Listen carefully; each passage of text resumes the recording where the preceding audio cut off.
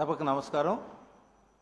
Honourable ముఖ్యమంత్రి గారు శ్రీ నారా చంద్రబాబు నాయుడు గారు, అలాగే ఆనరబుల్ మినిస్టర్ నిమ్మల రామానాయుడు గారు, ఎమ్మెల్సీ గారు, ఎమ్మెల్యే గారు, పలమనేరు ఎమ్మెల్యే గారు కూడా ఉన్నారు, ఇతర తెలుగుదేశం నాయకులు, తర్వాత బ్యూరోక్రాట్స్ ఉన్నారు. అందరికీ నా నమస్కారం. అలాగే స్టేజ్ మీద ఉన్న మీకు కూడా ఒకసారి నమస్కారం తెలియజేస్తున్నాను.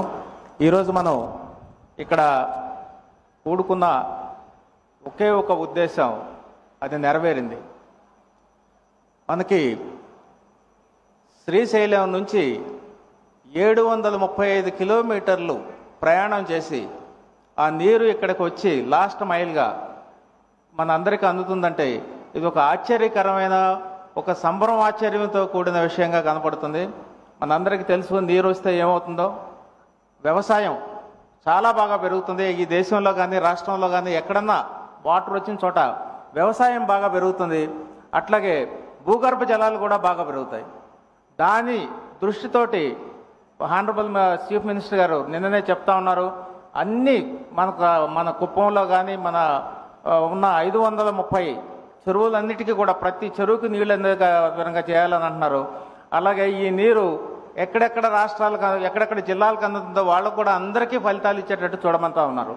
సో ఈ విధంగా చూస్తుంటే మనం అభివృద్ధి, సంక్షేమం రెండు కళ్ళుగా చూసుకుంటూ ఈ రాష్ట్రానికి సుపరిపాలన ఇస్తున్న మన ఆనరబుల్ చంద్రబాబు నాయుడు గారికి మరి ఒకసారి కృతజ్ఞతలు తెలియజేస్తా ఉన్నాము.